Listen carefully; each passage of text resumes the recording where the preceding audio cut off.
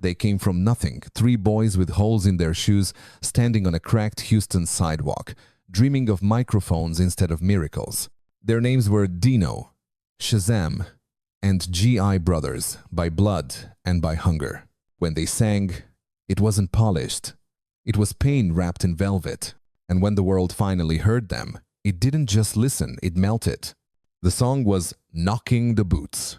1993, the beat dropped, and every radio in America turned into a confession booth.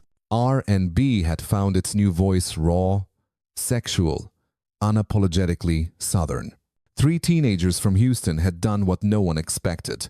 They made the whole country fall in love to the sound of their struggle. But behind the platinum records and the screaming fans, the truth was darker. While the world thought they were living a dream, they were living on crumbs, no cars, no houses, just hotel rooms and broken promises. They were singing about love while being robbed by the same system that praised them. And at the center of it all was Dino Conner, the soul, the leader, the preacher of passion. He believed music should honor women, not sell them. He refused to bend, even when the labels waved millions. He fought for respect in an industry built on exploitation. And that fight cost him everything. Because in 2003, the same voice that taught the world how to make love died violently on a Houston street. This isn't just an R&B story. It's a gospel of fame, faith, and the price of staying true. This is the story of H Town and the tragedy of Dino Conner. Before they were stars, they were just three kids chasing echoes through the south side of Houston. No fancy studios, no managers, just a boombox, a church microphone, and a dream bigger than the neighborhood they came from. Kevin Dino Conner was the heartbeat, the one with a voice too big for the room. He grew up poor, but you'd never know it from the way he carried himself. His mother said he sang before he could read. His brother, Shazam, was his shadow quieter, deeper, always harmonizing from behind, letting Dino's voice lead. Then there was Daryl G.I. Jackson, the third piece, a neighbor who could turn any corner into a stage. Together, they became brothers long before they became a group. In the late 80s, Houston was a city divided oil money up north, struggle down south. For kids like them, the only escape was rhythm. They practiced in bedrooms with cracked walls, making beats on tabletops, singing over tape hiss. Their first name was the Gents because even in poverty, they wanted class. Dino used to say, "We may be broke, but we don't have to look it." At just 14, they recorded their first album, It's Not a Dream. And for a moment, it felt like the title was right. They believed success was just one song away. But reality hit harder than the bass line. The record flopped. No airplay, no money, no future. Most kids would have quit. They didn't. Enter Bishop Stick Burrell, a Houston musician who toured with the legendary Marvin Sease, learning the craft of R&B from the old soul masters. Stick had known Dino's family since they were kids. When he heard the boys sing again, he knew the spark was real. But he also knew they needed direction. He told Dino straight up, "You're the leader now. You're the voice."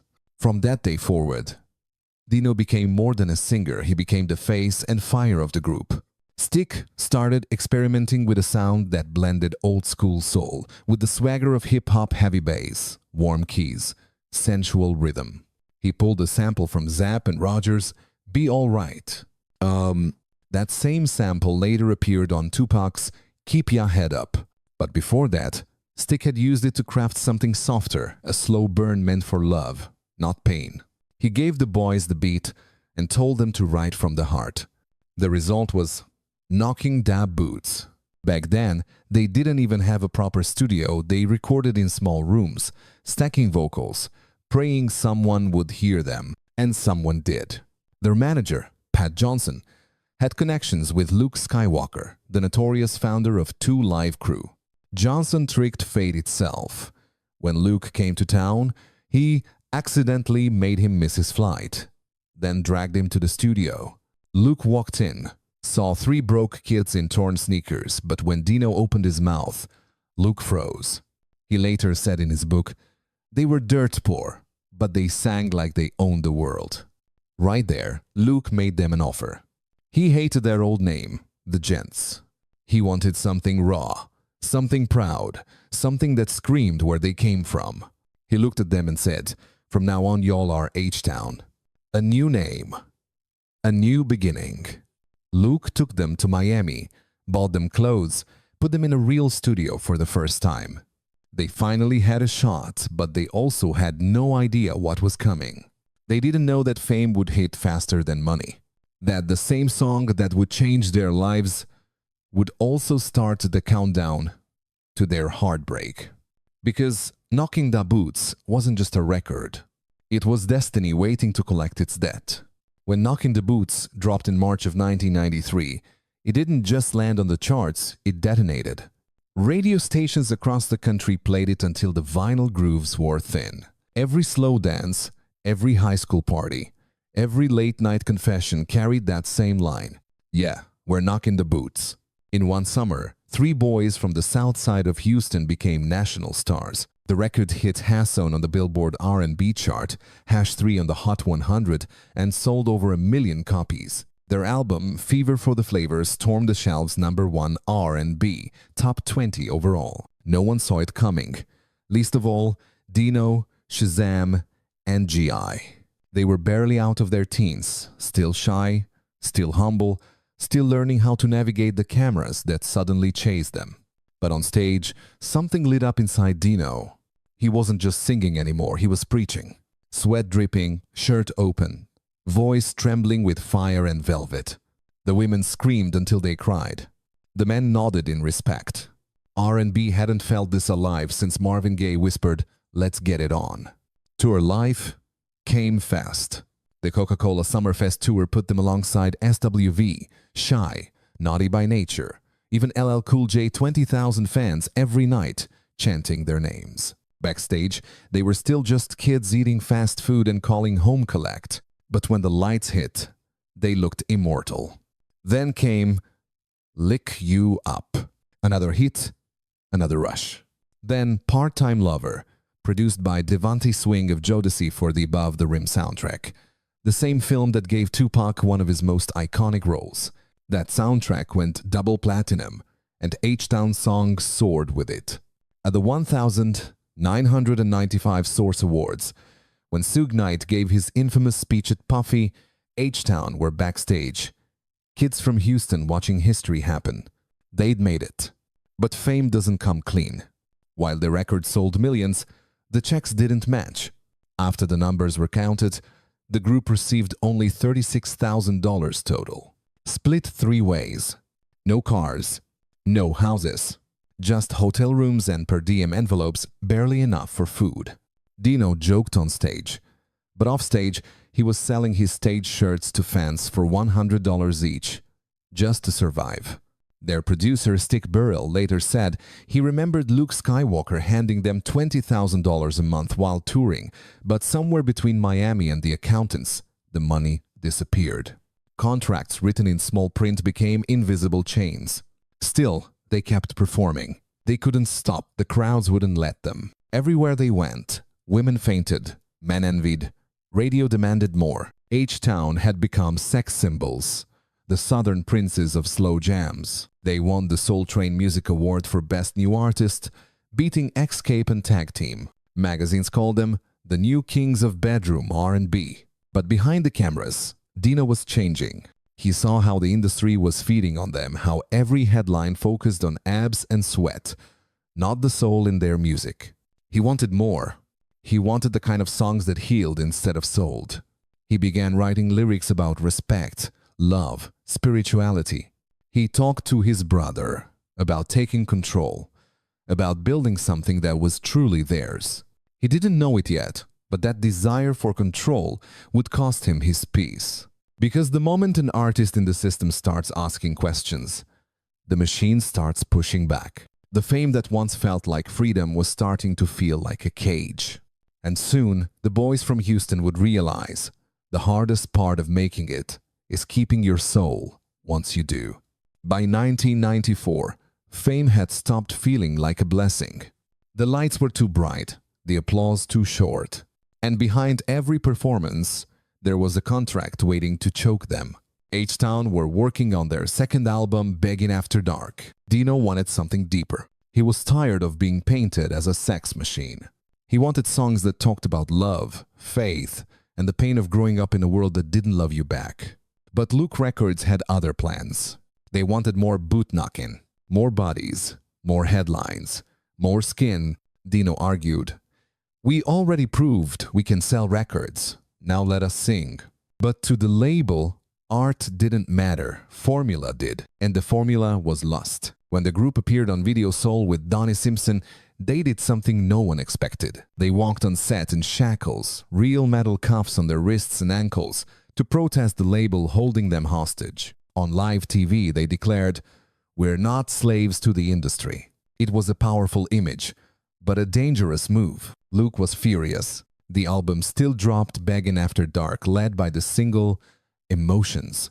It hit Hassonon on the R&B chart, went gold, and once again, their music spoke louder than their management. But the damage was done. Trust was gone. Behind the smiles, there was exhaustion. Then, a new chance. Comedian Martin Lawrence called. He wanted H Town to record the theme for his new movie, a thin line between love and hate. The result was magic, a haunting duet featuring Shirley Murdoch and Roger Troutman. It became their first top 40 pop hit in years. The industry celebrated, but the celebration didn't last. Legal wars hit Luke Records from every direction. Lawsuits, injunctions, unpaid royalties. The label started to collapse. And when H Town demanded freedom, Luke finally let them go, not out of kindness, but fatigue. They were free. But freedom, they learned, doesn't come with a map. They signed with Relativity Records, this time with power. $1 million each. A new start, a new sound. Dino saw it as redemption. He wanted to make an album for women, not about them. Something respectful, mature, true. The result was Ladies Edition. Women's World, 1997. A dedication to the late Nicole Brown Simpson, with a helpline for abused women printed on the back cover. It was more than music, it was message. Dino said in interviews, "We wanted to show that R&B could heal, not just seduce." But the label didn't want healing. They wanted heat. They told him, "Give us another Knockin Da Boots, we'll give you $2 million. Dino looked them in the eye and said no. He wouldn't sell the message. He wouldn't betray the music. That no changed everything. The label pulled promotions. Radio spins slow it. Budgets vanished. H Town's gold record got buried under silence. The brothers began to drift apart. Shazam and G.I. still wanted to chase success. Dino was done chasing, he wanted peace. He talked about God, about purpose, about walking away. He said he was tired of being used, tired of smiling when everything inside him was breaking. That's when the shows got smaller. The money ran thin. And the dream that had once carried them out of Houston started leading them back home to the same streets they'd sung their way out of. But for Dino, that return wasn't defeat. It was the beginning of something sacred, because when the world turned its back on him, he turned toward the light. He just didn't know that light was already calling him home. When Ladies Edition, Women's World hit the shelves in late 1997, it didn't sound like anything else on the radio. No moans, no fake lust. Just honesty songs that spoke to women, not at them. For the first time, a young R&B group stood up and said, "We respect you." It was bold, beautiful, and brutally unmarketable. The label hated it. America didn't know how to handle sensitivity from black men who once sang about sex. Radio stations hesitated. Magazines ignored them. And yet, fans, especially women, felt something shift. They wrote letters saying, "Finally, someone's listening." Oh, but the industry didn't reward virtue. While other artists were cashing million-dollar checks for explicit hits, Dino was fighting to keep his soul intact. He refused to record what he called songs for profit, not purpose. Behind closed doors, executives called him difficult, too deep, too stubborn. But to those who knew him, he wasn't stubborn, he was awake. By 2000, the fame had faded. Shazam tried going solo with Bringing the Heat. G.I. worked production gigs to stay afloat. Dino retreated into silence. He stopped going out, stopped picking up calls. Friends said he'd sit in the dark, lights off, replaying old records, the ones that made him believe. Depression shadowed him. Bills stacked up. He filed for bankruptcy. But even then, he was still writing. 2 weeks before he died, Dino called his brother. He wanted help finishing a song called The Day I Died. No one knew how literal the title would become. On the 28th of January 2003, just after midnight, Dino left the studio with his pregnant girlfriend. They drove through a Houston intersection, laughing, tired but happy. An SUV ran a red light. Impact. Silence. Both were killed instantly. When the news broke, it didn't sound real. A voice that once filled arenas was gone just like that. He was 28. The R&B community froze. From Luke Skywalker to Jodeci, artists called his death a tragedy that cut too deep. Fans flooded message boards. He taught us love didn't have to be dirty. For weeks, DJs played Knockin Da Boots and Emotions on repeat. The lyrics now ghostly echoes. The same song that launched him into fame now became his requiem. Across America, conversations began about exploitation, control, and the price of conscience in music. People started to ask, why do good men die broke while the machine keeps printing money? How many more Dinos will it take before the industry learns? But industry don't learn, people do. And for those who listened, Dino's story became a mirror. A reminder that sometimes keeping your soul means losing the world. After Dino's death, the music didn't stop, it just changed color. Silence became the new melody. And every time a slow jam played on the radio, Houston felt a ghost humming through the static. A year later, Shazam and G.I. gathered what was left. Demo tapes, unfinished verses, studio reels labeled in Dino's handwriting. They turned grief into motion, releasing imitations of life, an album of pieces stitched from his soul. No big marketing, no label push, just two brothers trying to keep their promise. The world barely noticed. But for those who did, every track felt like a whisper from beyond. Dino wasn't gone. He was just somewhere quieter. Time passed, but his shadow stayed. Fans still played Knockin Da Boots at weddings, still slow danced to Emotions, still cried when they saw his photo, that smile that made pain look holy. Shazam once said in an interview, "When we sing now, it's not for fame, it's for him." Years later, in 2019, something sacred happened. Under the lights of Detroit's National R&B Hall of Fame, H Town's name was called alongside legends Aretha Franklin, Stevie Wonder, Guy. On the screen behind them, a single image appeared. Dino in a white shirt, arms open, smiling like he'd never left. The crowd stood, not out of nostalgia, but reverence, because Dino's story isn't just about a singer who died young. It's about the price of purity in a business built on performance. It's about a man who refused to trade truth for applause. He sang about love when everyone else was selling lust. He sang about respect when labels wanted rebellion. And he died believing music could still mean something. Even now, when a slow groove drops at 2 a.m.